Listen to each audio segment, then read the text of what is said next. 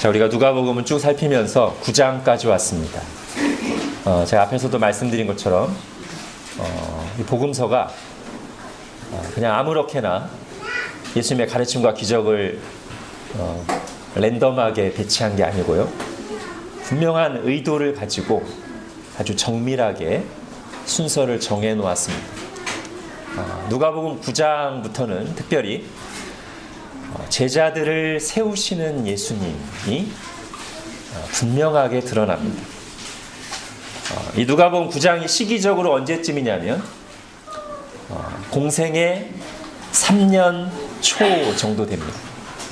예수님이 공생의 기간, 즉 그리스도로서 공적인 삶을 사신 기간이 대략 3년쯤 되지요.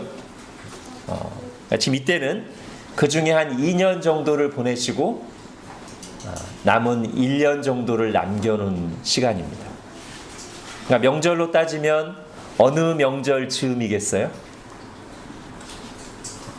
예수님이 어느 명절에 죽으시죠?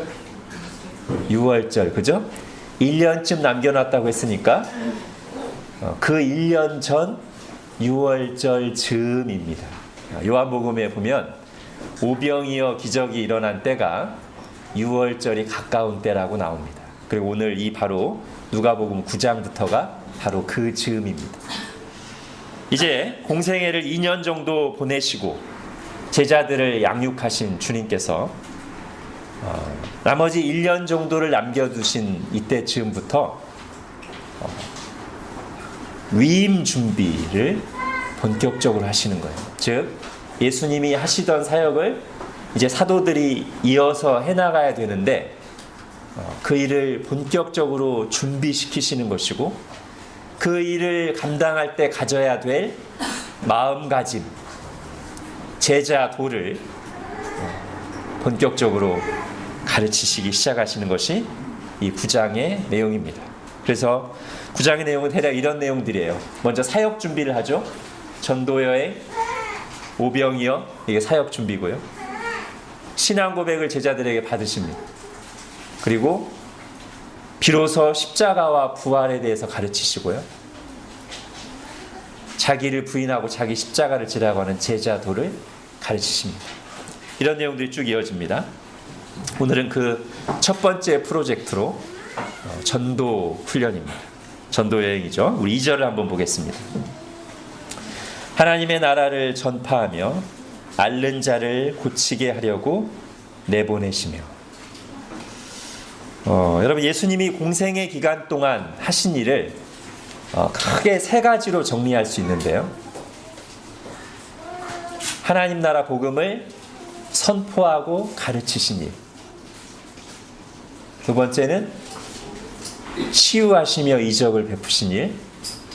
세 번째는 그런 것들을 사용하셔서 제자들을 양육하신 일. 이렇게 세 가지예요. 근데 그 중에 지금 이 세 번째 제자 양육을 본격적으로 하고 계신다는 것이고, 그러면서 제자들에게 이 첫 번째, 두 번째를 예수님이 하신 것처럼 똑같이 하라고 파송하시는 겁니다. 즉 하나님 나라를 선포하는 일과 병자들 고치시는 일을 제자들이 하라고 지금 보내시는 본문이 오늘 본문이에요. 그럼 제자란 결국 스승을 그대로 따라하는 자들 아닙니까? 우리가 예수님의 제자들이죠. 예수님의 삶을 그대로 따르도록 부름받았고 그러기를 소망하는 사람들이 우리들입니다. 특별히 12 제자들은 사도들이기 때문에 삶에 있어서뿐 아니라 사역에 있어서도 예수님이 하신 일을 그대로 해야 되는 사역자들이죠. 지금 그것을 주님께서 본격적으로 훈련시키시는 거예요. 그동안 보고 들었다면 이제는 이들도 참여하고 연습하는 것을 시작하는 것입니다. 이렇게 제자들을 둘씩 짝지어 보내시면서 먼저 그들에게 능력을 주시고요. 그리고 이번 전도 여행, 이번 전도 훈련을 하면서 지켜야 될 세 가지 원칙을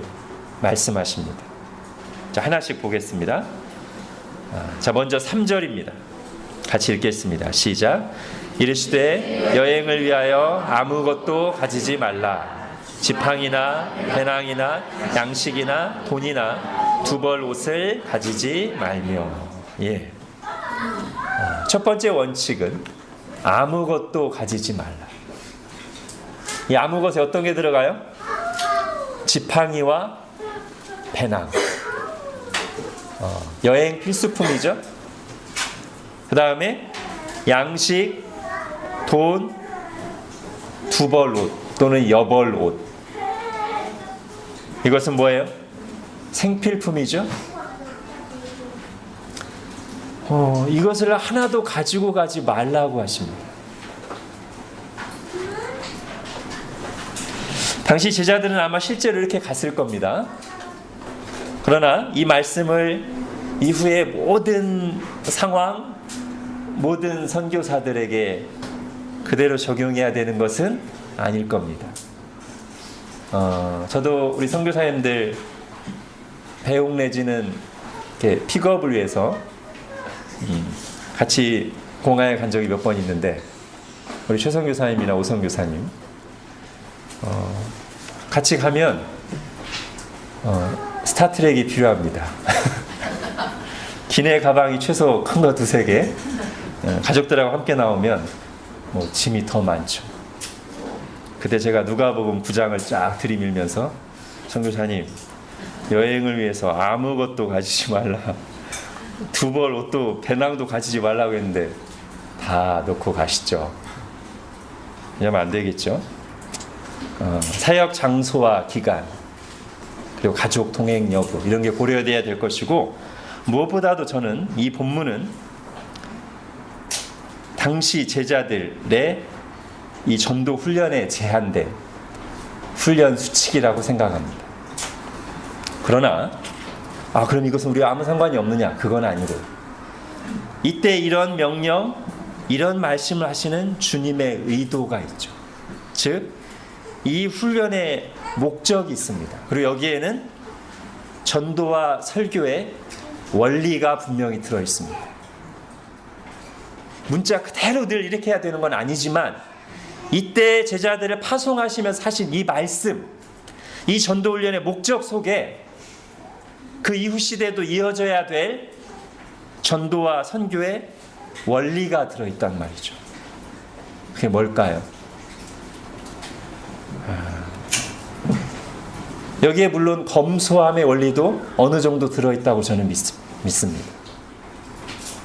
그러나 그보다 훨씬 더 크고 본질적인 주님의 의도는 주님의 명령에 순종하여 사명을 수행하러 가는 이 길에 하나님이 함께 하신다는 것을 믿으라는 것입니다. 하나님이 공급하시고 인도하시고 보호하실 것을 믿고 나아가라는 것입니다. 살아계시고 전능하신 하나님을 전심으로 신뢰하고 의지하라는 것입니다. 그것을 아주 실제적으로 가르치시고 경험하게 하시려고 이런 명령을 주신 것이죠. 아무것도 가져가지 마라. 양식도, 돈도, 배낭도 아무것도 가져가지 마라. 다 하나님께 맡기고 가라. 하나님만 의지하고 가라. 이런 말씀입니다. 이 말씀은 넓은 문맥에서 보자면 우리가 잘 아는 마태복음 6장 33절과 연결되는 말씀이에요. 그게 뭐죠? 너희는 먼저 그의 나라와 그의 의를 구하라. 그리하면 이 모든 것을 너희에게 더하시리라. 이게 지금 이 제자들에게 이 말씀을 아주 구체적으로 적용하신 케이스란 말이죠. 너희는 먼저 그의 나라와 그의 의를 구하라. 지금 제자들이 그걸 위해서 나가죠. 그 나라의 복음을 전파하러 나가죠. 그리고 그때 이 모든 게 뭐예요? 마태복음 6장에 보면 이 모든 게 뭐예요? 먹을 것과 입을 것이에요. 이 모든 것을 더하시리라. 지금 그 말씀을 전도 훈련 여행을 보내시면서 아주 세게 적용하신 겁니다. 너희는 복음을 전파하러 나가라. 그의 나라와 그의 일을 구하고 다른 것은 염려하거나 계산하지 말아라. 그러면 하나님이 이 모든 것을 너에게 더하실 것이니 배낭이나 양식이나 돈이나 두 벌 옷을 가지고 가지 말아라 말씀하십니다. 예수님으로부터 이 명령을 받고 순종하여 나서는 이 여행을 떠나는 제자들의 마음이 어떨까요? 여러분 한번 그 자리에 있다고 생각하고 이 제자들의 마음을 한번 생각해 보십시오. 그동안 늘 제자들이 예수님과 함께 했습니다. 그런데 예수님은 안 가시고 니들끼리 가. 그리고 2명씩 짝지어 보내시면서 아무것도 가져가지 마. 가서 하나님 나라 복음을 전파하고 병자들을 고쳐. 고! 자, 이때 제자들의 마음이 어떨까요? 저는 이렇게 예상합니다. 한편으로는 아주 두렵고 떨릴 겁니다. 또 한편으로는 설레고 기대되지 않을까 생각합니다.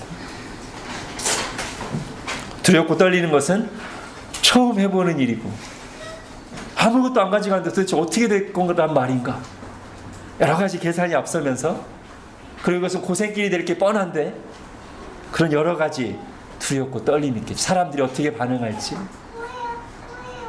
또 한편으로는 와, 주님이 우리를 보내시는데, 이런 약속과 명령을 주시면서 보내는데 지금까지 한 번도 이런 시도를 해보지 않았는데 이렇게 나갈 때 정말 주님께서 어떻게 우리를 채워주시며 어떻게 우리를 인도하시며 어떻게 당신의 능력을 나타내시며 어떻게 도와주실까, 그런 설렘과 기대도 있지 않겠습니까? 오늘 본문에 나오는 제자들을 비롯하여 많은 하나님의 일꾼들, 많은 믿음의 사람들이 이 여행을 떠났고 은혜를 경험하고 믿음의 유산을 남겼습니다. 이제 두 번째 원칙 4절입니다. 같이 읽겠습니다. 시작. 어느 집에 들어가든지 거기서 머물다가 거기서 떠나라. 예. 별로 안 중요해 보이는 원칙인데요. 전도여행을 가서 어떤 처음 가보는 마을, 새로운 마을에 갔을 때 어느 한 집을 정해서 그 집이 제자들 영접하거든 거기로 들어가고 떠날 때까지 그 마을에 머물러, 그 집에 머물러라. 옮겨 다니지 말아라는 뜻이. 자, 이 명령도 기본적으로 하나님의 예비하심, 하나님의 인도하심에 대한 믿음이 전제되어 있습니다.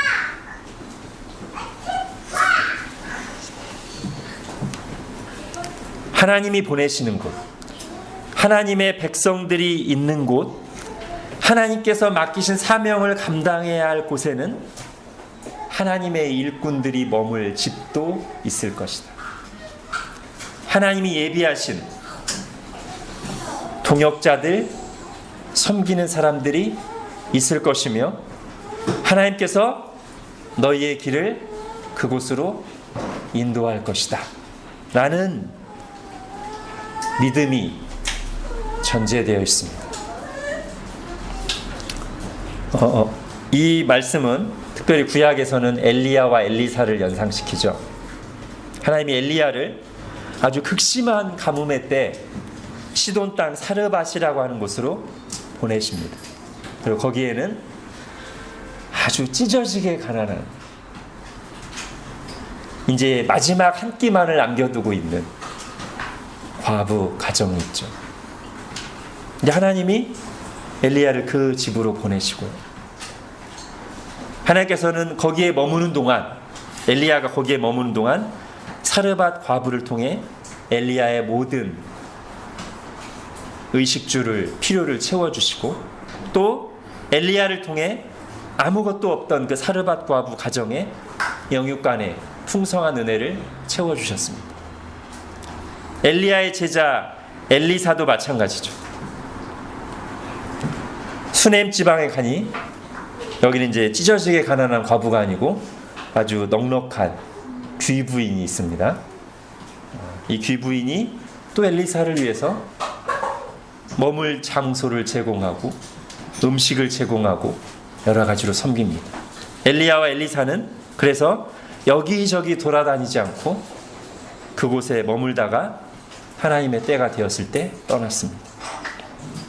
제자들도 그런 믿음을 가지고 어느 집에 들어가든지, 너희를 영접하는 어느 집에 들어가든지 거기서 머물다가 떠나가는 것입니다. 좀 더 실제적인 이유를 생각해 본다면, 인간적인 생각으로 이 집, 저 집 돌아다니게 되면 우선 마음과 시간을 많이 빼앗길 것입니다. 한번 실제적인 경우를 한번 생각해 보세요. 어느 집에 들어갔는데 무슨 여관처럼 그냥 들어가서 잠만 자고 나올 수 있는 게 아니잖아요. 어느 집에가 들어가면 인사를 하고 그 집에서는 어떻게 식사를 하고 하는지를 다 얘기하고 교제도 하고 그런 거에 다 맞춰서 행동해야 하지 않습니까? 거기에 적응해야죠. 근데 또 다음날 다른 집으로 옮기면 또 새로운 가정과 인사하고 얘기하고 사역을 소개하고 쭉 하고, 또 다음 집에 옮기면 또 그런 시간과 에너지의 낭비가 있고, 또 하나는 오늘은 이 집 갔다 다음날 저 집 갔다 하면 비교가 일어날 수 있죠. 그죠? 이 머무는 이 사역자들도 비교할 수 있고 집집마다도 서로 비교할 수 있습니다. 갈등의 여지를 남기는 것이죠. 그래서 이런 에너지와 시간의 낭비, 어떤 인간적인 갈등들을 다 없애고 한 집에 머물면서 결국 뭐에 집중하라는 것이죠? 지금 이 마을에 온 목적, 복음 전파 사명에 집중하라는 것입니다. 부득이한 이유도 없이 이 집 저 집 돌아다닐 때 오는 어려움, 또는 부득이한 이유도 없이 이 집 저 집을 돌아다니는 그 마음, 그 이유가 하나님이 보실 때는 별로 좋지 않다는 거예요. 제자들은 그러려고 온 게 아닙니다.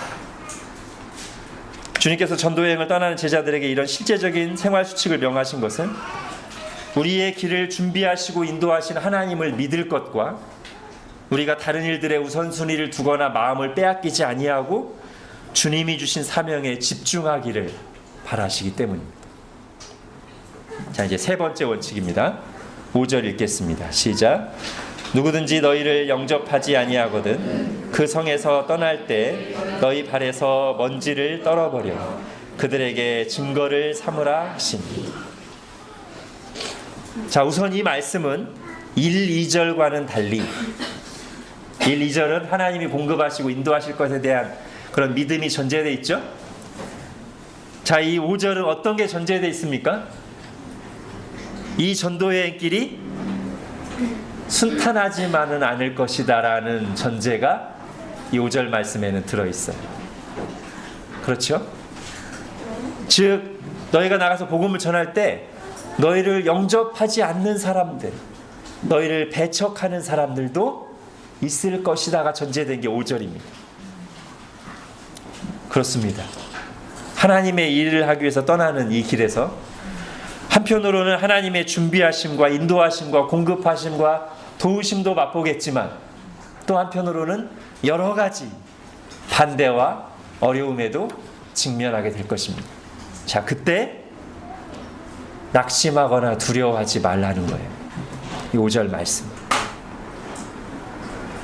오히려 복음을 배척하는 사람들에게 분명한 경고를 하라고 하십니다. 발에 먼지를 떨어버림으로써. 이게 무슨 뜻이에요? 원래 유대인들이 이방인의 땅을 딱 지나가고 나면 우리는 너희와 아무 상관없어. 너희는 하나님께 택함받지 못한 심판받을 백성이지. 우리는 너희랑 달라. 그래서 발에 먼지를 떨어버리는 건데, 이것은 유대인 마을들을 지나면서도 이 일을 하라는 거예요. 복음을 배척하는 자들에게 그래, 발에 먼지를 떨어버림으로써 너희는 부정한 땅이야. 이제 우리는 너희와 상관없어. 우리가 전한 복음을 받아들이지 않았으니 너희는 이제 하나님의 심판을 자초하는 거야. 우리가 복음을 통해 하나님의 구원을 받을 때 너희는 그때 심판을 받을 거야. 자, 이런 메시지를 행동으로도 보여주려는 것이죠. 자, 실제로 바울과 바나바는 1차 전도여행 때 비시디아 안디옥이라는 곳에서 특히 누구냐면 유대인들에게 쫓겨나면서, 이방인들이 아니고 유대인들에게 쫓겨나면서 예수님의 말씀하신 이 행동을 그대로 하여 유대인들에게 경고를 남겼습니다. 여러분 핸드아웃에 사도행전 13장 보십시오. 이에 유대인들이 경건한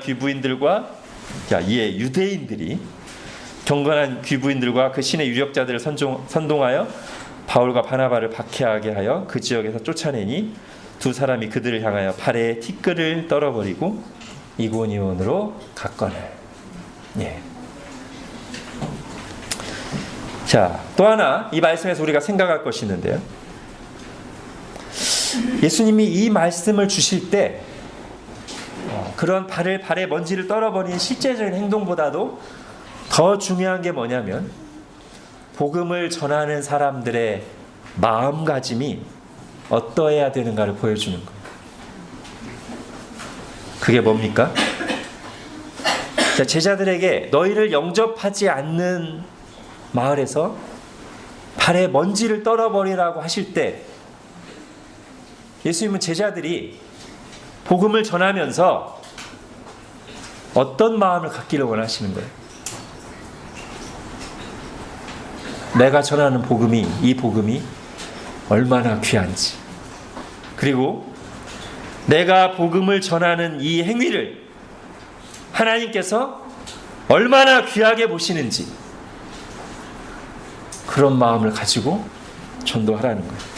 그러니까 이런 거죠. 설명하자면, 아니 이 복음을 거부하다, 이 복음이 참되고 유일한 구원의 길인데 이걸 거부하면 구원받을 길이 없는데, 심판받을 수밖에 없는데, 이런 마음을 가지고 전하라는 것이고요. 또 한편으로는 내가 지금 하나님이 보내신 사람으로서 당신들에게 이 생명의 복음을 전하는 것인데, 하나님이 지금 나를 통해서 당신들에게 말씀하시는데 나를 배척하고 나를 통해 주신 이 구원의 복음을 거부하다니 어쩌려고 이런 마음을 가지고 지금 나가라고 이런 말씀을 주시는 거예요. 너희가 위축되거나 낙심할 일이 아니다. 제자들아, 너희가 전하는 복음이 얼마나 귀하고 엄중한 것인지 생각하면서 복음을 전해. 두려워하고 낙심하지 말고 담대하게 하나님이 너희와 함께 하신다는 것을 믿고, 지금 하나님이 너희를 통해 말씀하시고 너희에게 저 백성들의 구원과 심판이 달렸다는 것을 생각하며 복음을 전하라, 이걸 말씀하시는 거예요. 우리가 전도할 때 이런 마음이어야 되죠. 말씀 또는 복음을 전하는 본인도 확신이 없어서 사람들의 눈치를 보면서 내가 다른 사람들 힘들게 하는 거 아닌가, 미안한 마음과 자세로 마음을 전하면 하나님이 어떻게 보실까요? 여러분, 베드로는 교회에 보내는 편지에서 섬기는 자들의 마음가짐이 어때야 되는지 오늘 본문에 나온 것과 연관되는 말씀을 했습니다. 베드로전서 4장을 보십시오.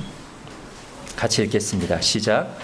만일 누가 말하려면 하나님의 말씀을 하는 것 같이 하고, 누가 봉사하려면 하나님이 공급하시는 힘으로 하는 것 같이 하라.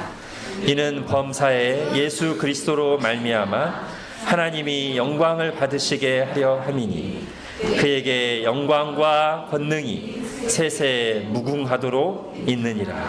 아멘. 예, 이렇게 해야 된다는 거예요. 어떻게 보면 예수님이 지금 제자들에게 주신 이 전도훈련의 수칙이 바로 이런 마음으로 하라고 하시는 거죠. 너희가 나가서 복음을 전할 때 하나님의 말씀을 하는 것 같이, 그리고 하나님이 공급하시는 힘을 의지해서 나가니 아무것도 가져가지 마라, 말씀하시는 겁니다. 자, 우리에게 바로 이런 마음과 자세, 즉 복음을 정말 귀하고 무겁게 여기며 확신하며 하나님이 나와 함께 하신다는 담대함과 우선순위가 기본적으로 우리 안에 있는 상태에서 그 다음이 나오는 거예요. 그 다음이 뭐죠?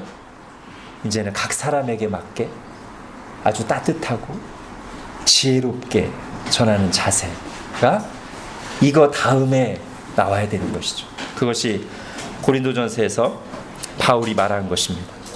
같이 읽겠습니다. 시작.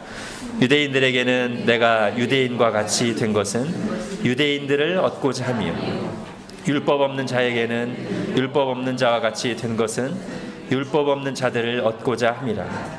약한 자들에게 내가 약한 자와 같이 된 것은 약한 자들을 얻고자 하며 내가 여러 사람에게 여러 모습이 된 것은 아무쪼록 몇 사람이라도 구원하려 하고자 함이니 내가 복음을 위하여 모든 것을 행함은 복음에 참여하고자 함이라.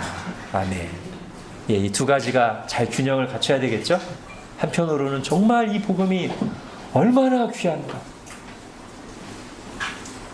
담대함, 당당함, 엄중함, 긴박함, 이런 것을 한편으로는 가지고 그런 마음 속에서 그러나 또 사람을 대할 땐 정말 따뜻하고 지혜롭고 각 사람에게 맞게 나를 낮추면서 그 사람을 배려하면서 복음을 전하는 것이죠.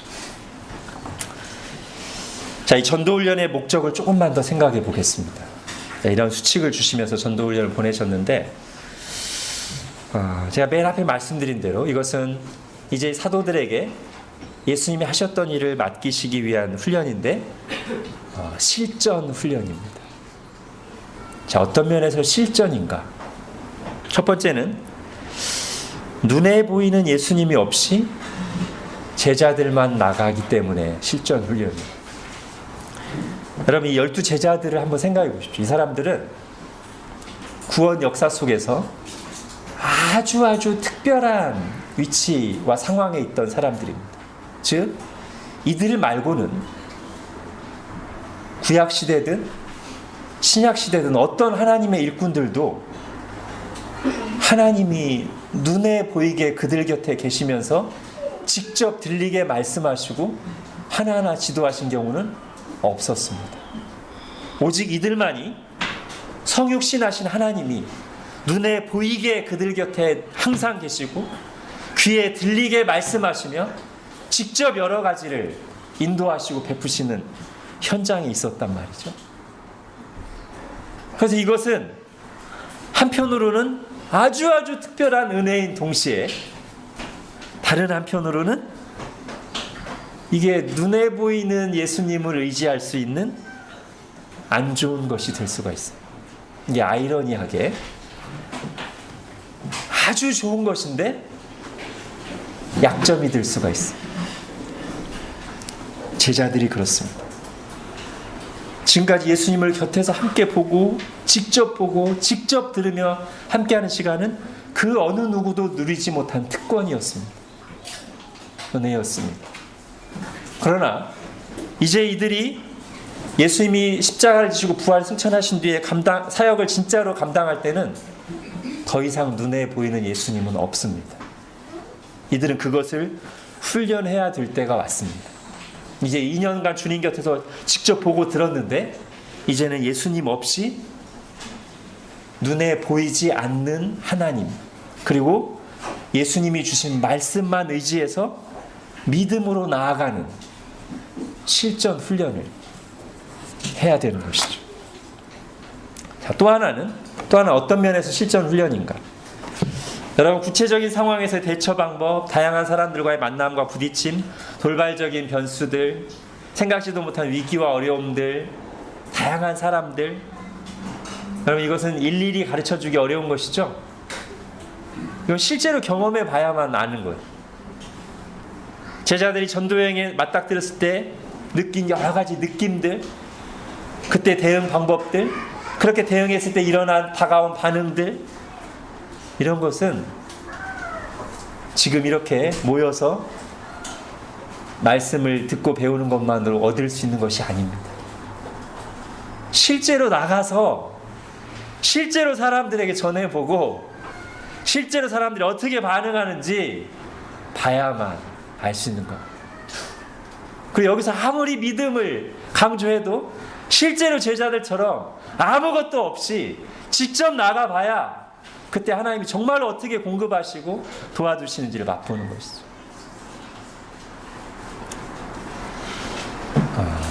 지금 예수님이 제자들에게 가르치시고자 하시는 것이 그것인데, 근데 이 중에서도 제가 강조하고 싶은 게 있습니다. 그게 뭐냐면 방금 말씀드린 실제 여러 가지 상황들 속에서 내가 어떻게 느끼고 어떻게 해야 되는가, 이것도 아주 중요하지만요, 만약에 여기까지만이라면 그것은 세상에서의 리더 훈련도 다 하는 것입니다.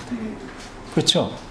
여러분, 세상에서도 이론을 가르치고 실제 현장에 나가게 해서 실제 현장에서 고객들이 어떻게 반응하는지 다 경험하게 하고 수업하게 하지 않습니까? 그게 제자들에게도 우리에게도 필요합니다만, 그러니까 여기까지만이면 세상과 다를 바가 없다는 거예요. 그럼 제자들이 배워야 되는 것은 뭘까요?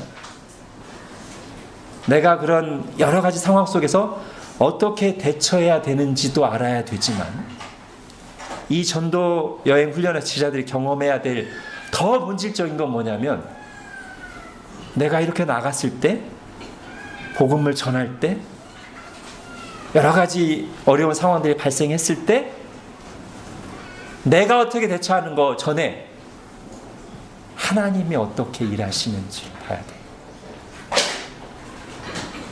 하나님이 어떻게 일하시는지를 봐야 돼요. 이게 세상과 다른, 세상에서는 없는 믿음의 제자 훈련 코스예요. 제자들이 경험한 게 뭐겠습니까?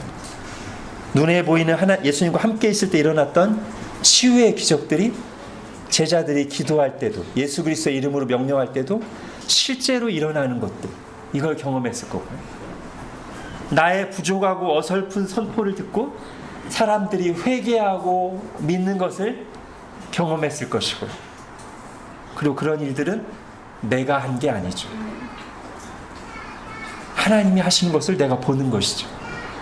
또 아무것도 가지고 온 것이 없을 때 생각지도 않게 그때그때 하나님께서 사람들을 통해 공급하시고 채워주시는 손길을 경험하고, 사람들의 반대와 박해 때문에 두렵고 힘들어서 어찌할 바를 모를 때 하나님이 부어주시는 말씀과 위로와 평안과 이상한 담대함을 또 경험하고, 그리고 생각지도 못한 하나님이 예비하신 사람들과의 만남과 도우시는 손길들을 경험하는 거예요. 그걸 통해 배우는 것이 뭡니까? 제자들이 훈련을 잘 마치고 왔을 때 정말 가장 중요한 깨달음, 이야, 하나님이 정말 나와 함께 하시는구나. 하나님이 정말 나의 기도를 들으시고 말씀대로 일하시는구나. 성경에 하나님이 실제 역사하시는 하나님이시구나. 하나님이 정말로 나를 인도하시는구나. 하나님이 정말로 나를 도와주시는구나. 이걸 배우고 와야 돼요, 제자들은. 그래서 전도 여행 훈련을 통해 깨닫고 배우는 진정한 결실이 뭐예요? 전도의 스킬이 아니에요. 믿음의 원리를 깨닫는 것이죠.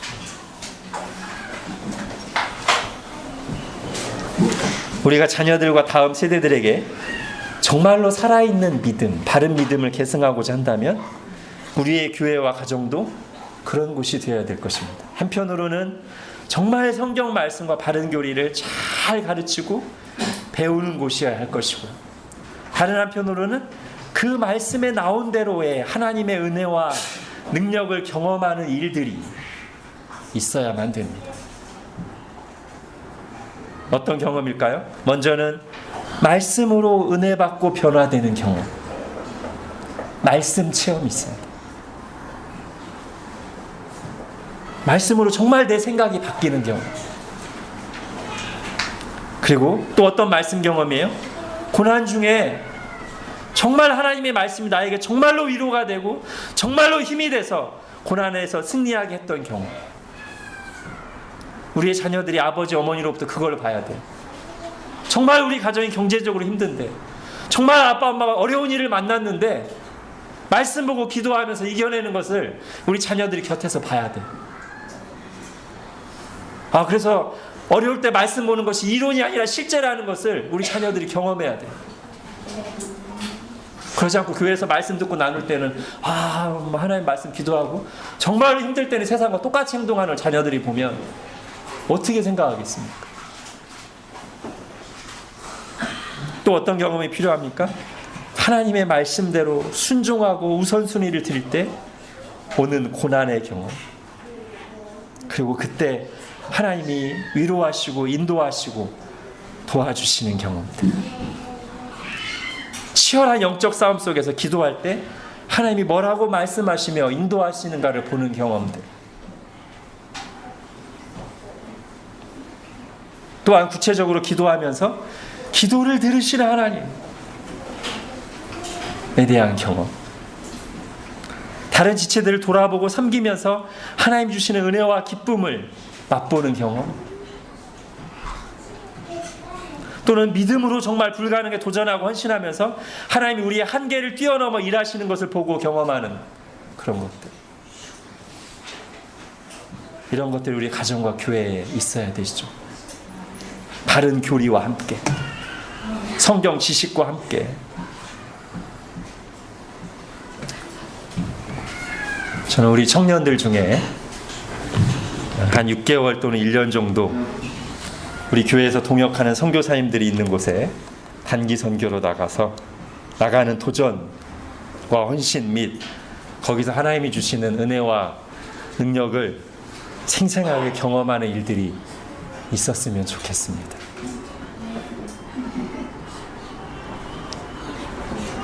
웬만한 자격증이나 스펙 쌓는 것과는 비교도 안 되는 영적 자산이 될 것입니다.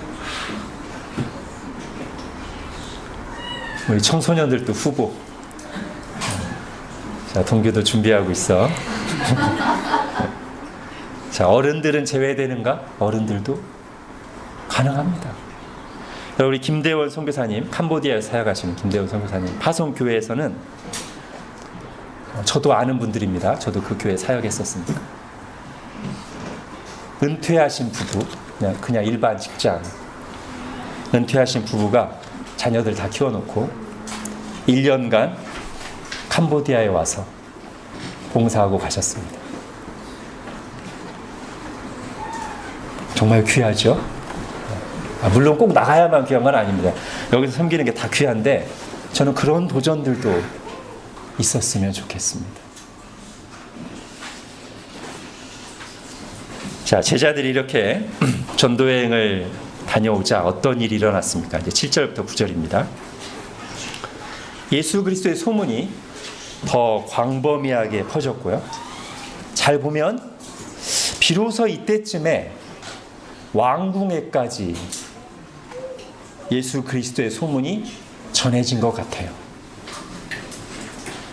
그리고 사람들이 술렁거렸습니다. 특히 세례자 요한을 얼마 전에 죽인 헤로드 왕은 자신의 죄가 떠오르면서 두려워하고 심히 당황했다고 나오죠.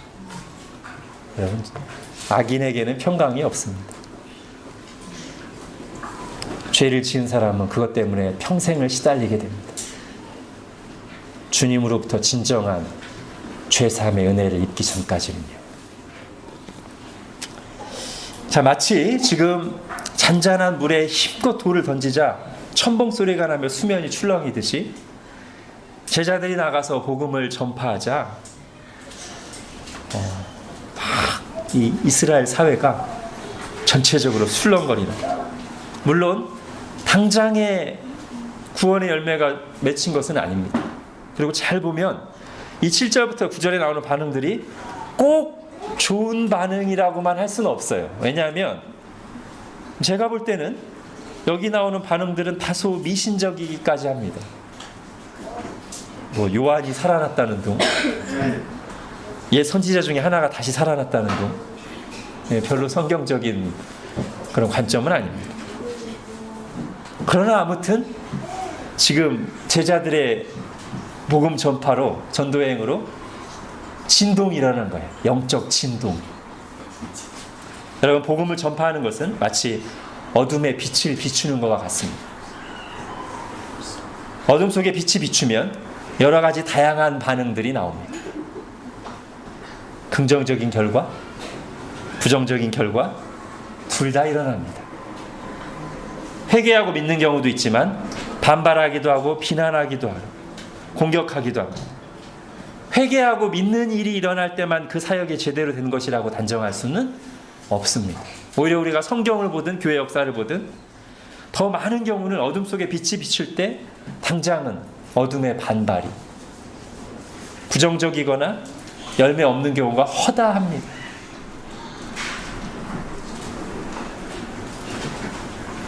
특히 빛이 강렬할수록 어둠이 더 거세게 저항하게 되죠. 그때 위축되고 가만히 있으면 사탄이 원하는 바입니다. 야, 조금 반발했더니 가만히 있네. 오케이. 그러나 포기하지 않고 기도하고 도전할 때 정말 기대하지 않은 곳에서 복음의 열매가 맺히기도 합니다. 여러분, 예루살렘에 일어난 박해를 한번 생각해 보세요. 예루살렘 교회가 얼마나 성령 충만했습니까? 거기 12 사도가 다 있었습니다.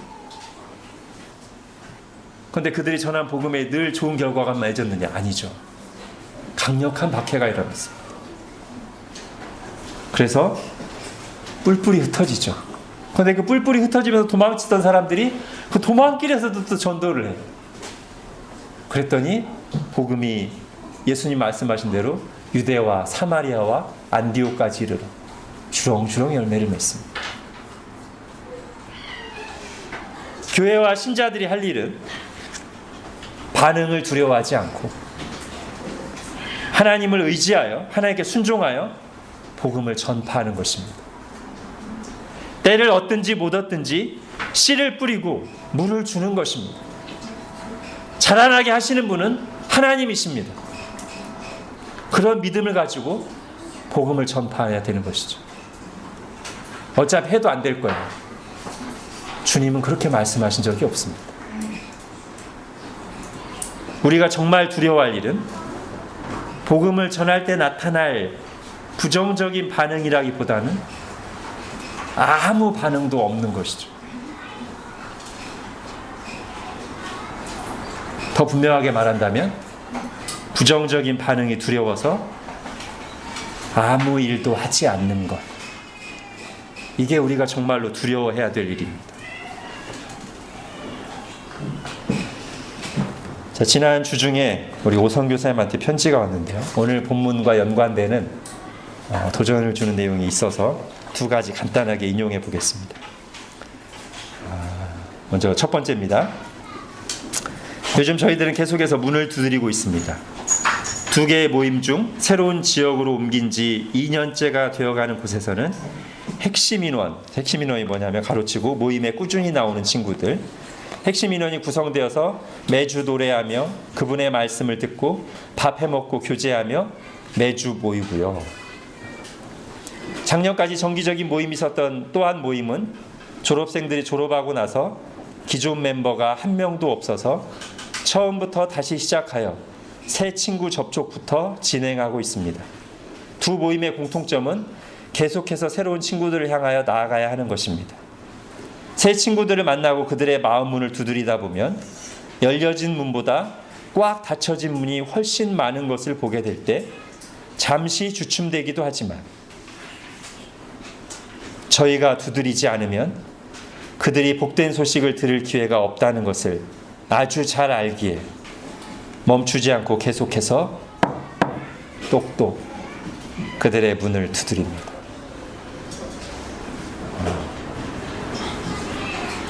이 오늘 주님이 하신 말씀과 연결되죠. 꽉 닫혀진 문이 훨씬 많은 것을 볼 때 잠시 주춤되기도 하지만 저희가 두드리지 않으면 그들이 복된 소식을 들을 기회가 없다는 것을 아주 잘 알기에 멈추지 않고 계속해서 똑똑 그들의 마음의 문을 두드립니다. 두 번째입니다.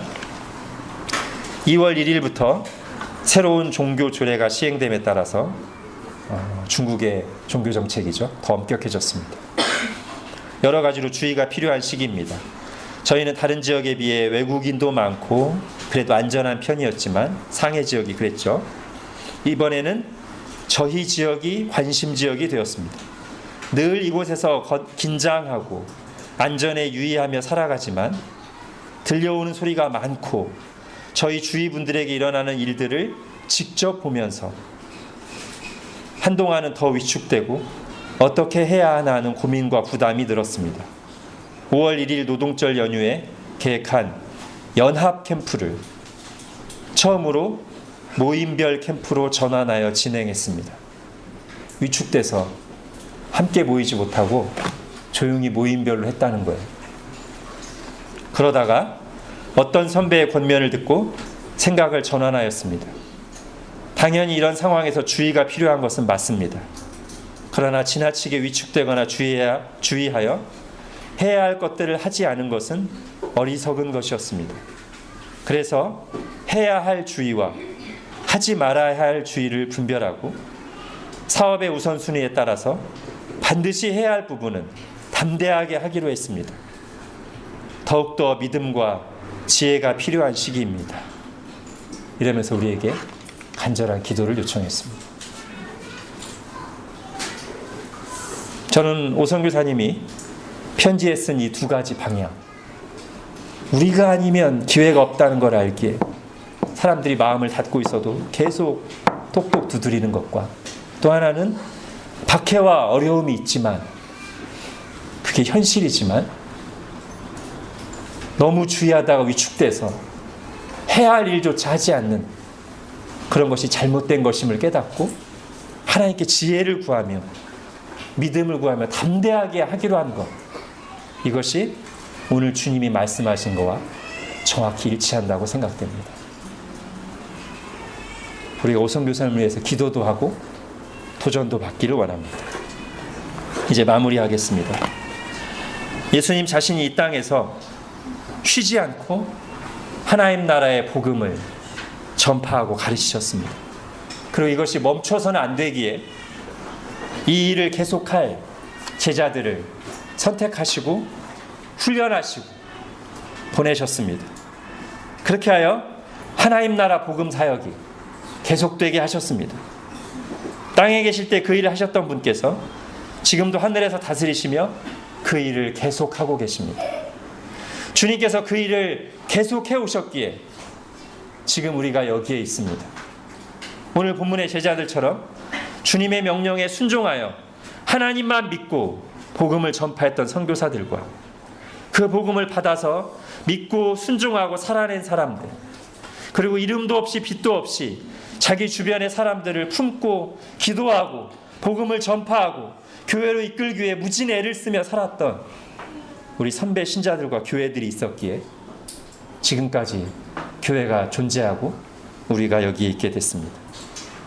그리고 지금도 주님께서 동일하게 이 복음 전파의 사명을 하나님 혼자 하시는 게 아니라 교회에게 위임하시고, 너희가 아니면 이 일을 감당할 사람들은 이 세상에 아무도 없다고 말씀하시며 우리에게 복음을 전하라고 명령하십니다. 하나님의 백성들은 이 구원을 받은 자로서 감사하면서 주님이 하시는 가장 중요한 이 일에 관심을 갖고 반응하며 쓰임받기를 원하며 순종하는 사람들입니다. 주님께서 그들과 함께 하시며 오늘도 구원 역사를 계속해 나가십니다. 기도하겠습니다. 하나님, 오늘 제자들을 드디어 제자들만 따로 보내시면서 엄중하게 복음 전파를 명령하시고, 그것을 위해 나갈 때 정말 하나님만 의지해서 나가며 복음 전파에만 집중하며 복음이 얼마나 귀하고 복음을 전하는 것이 얼마나 하나님 보실 때 귀한 일인가를 확신하며 담대히 나가라고 말씀하시는 주님의 음성을 다시 듣습니다. 문자적으로 이들과 똑같이 해야 될 것은 아닐지라도 이들을 보내실 때 주님의 마음, 그리고 제자들에게 주신 명령 속에 나타난 복음 전파의 원리가, 그리고 이 복음 전파의 사명이 오늘 우리 교회에도 동일하게 주어진 것인 줄을 저희가 믿습니다. 하나님, 위축되지 않게 하여 주시고 가만히 있지 않게 하여 주시고 이 명령에 순종하여 힘써 나아가는 우리 교회가 되게 하여 주옵소서. 우리를 사용하시고 구원 역사를 이루어 주옵소서. 예수님의 이름으로 기도합니다. 아멘.